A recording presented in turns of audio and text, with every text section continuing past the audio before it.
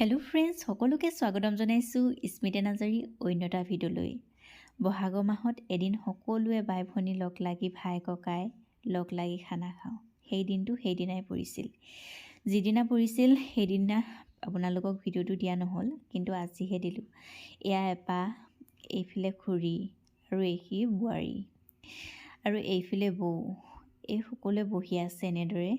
আৰু মই চাওঁগৈ ভিতৰত আৰু কোন মোৰ অলপ অহা দেৰি হ'ল। নামঘৰতো আমাৰ বিহু আছিল।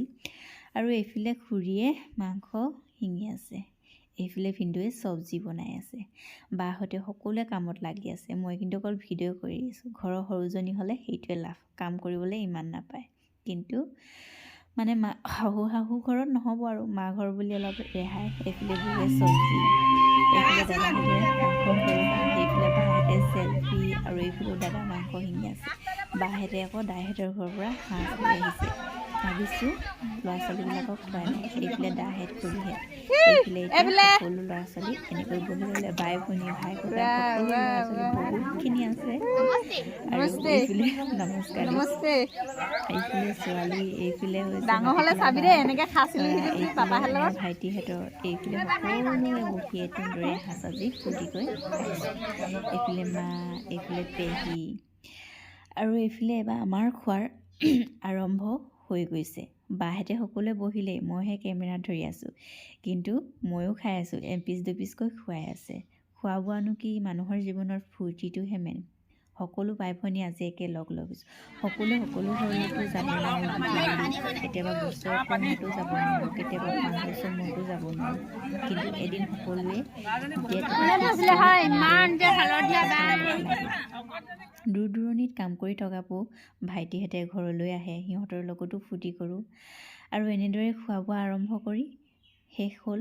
আৰু এয়া অলপমান ফূৰ্তি কৰিলোঁ। সকলোৰে যে কি নাচন, কি ফূৰ্তি, আৰু বহুতো ধেমালি কৰিছিলোঁ।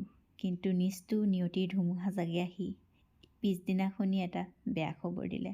হঠাতে আমাৰ ডাঙৰ দাদা ডাংকাই উচ্চ ৰক্তচাপত ভুগি মৃত্যু হ'ল। কি কৰিব, আমাৰ মাজৰ পৰা লৈ গ'ল কোনোবা নেদেখা অজান দেশলৈ।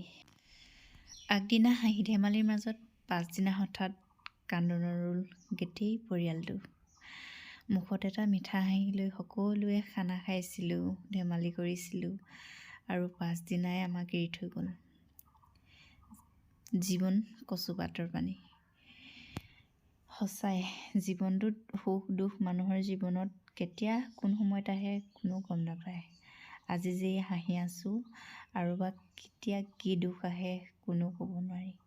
এই বছৰটোৱে এটা স্মৃতি আমাৰ ঘৰৰ পৰিয়ালৰ ফালৰ পৰা আপোনালোকক সকলোকে দেখালোঁ, আৰু সকলোকে বহাগৰ বিহু শেহতীয়াকৈ শুভেচ্ছা যাচিছোঁ।